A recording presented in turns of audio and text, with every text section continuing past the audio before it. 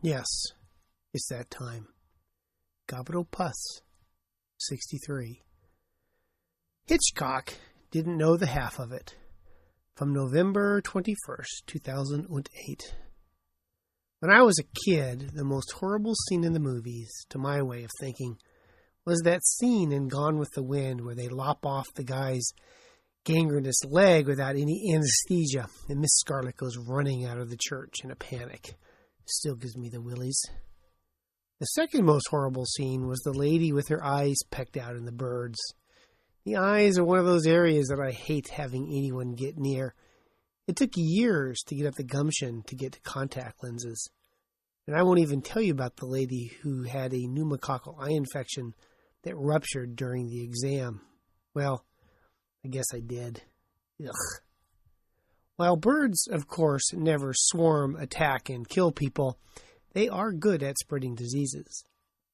Right now, the worry is avian flu, which will probably get to the U.S. by way of migrating birds, probably ducks, which are relatively resistant to dying from avian influenza.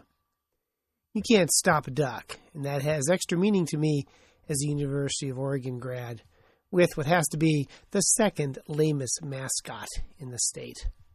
Oregon State's number one. Birds, it turns out, carry more than avian flu. In a study, they looked at fecal or cloacal samples from 97 birds in northeastern Siberia, Point Barrow, Alaska, and northern Greenland. Sign me up. Hey, I know. Let's go somewhere to collect bird crap where it's colder than hell. Yes, I know. Hell is hot. No, it's not. I spent 3 years in Minnesota for my medicine residency. Hell will be cold. I'll be wet, naked, and there will be a brisk wind. And let's go there and culture the bird crap.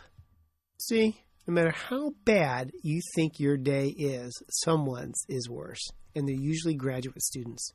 So they looked at the E. coli found in the bird poo, and they discovered, quote, E. coli isolates from Arctic birds carried antimicrobial drug resistance determinants.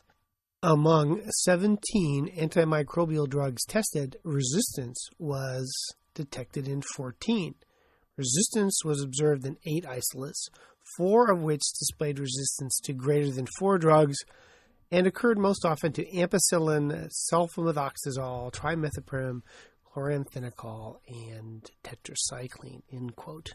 What is remarkable about the resistance is that these samples were collected from the Arctic, one of the most remote and hostile areas on Earth, where there is no antibiotic use, unless, of course, polar bears are taking doxycycline.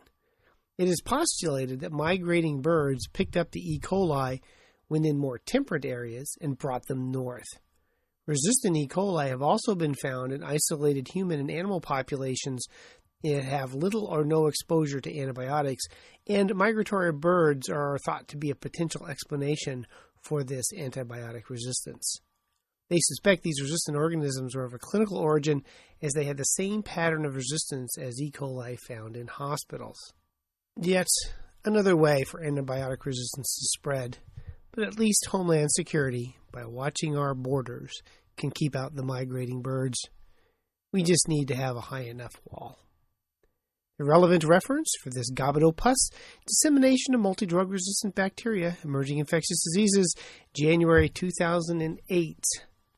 So much for this Gobbet Puss. Now that you're done, go to iTunes. Write me a glowing review. Feed me.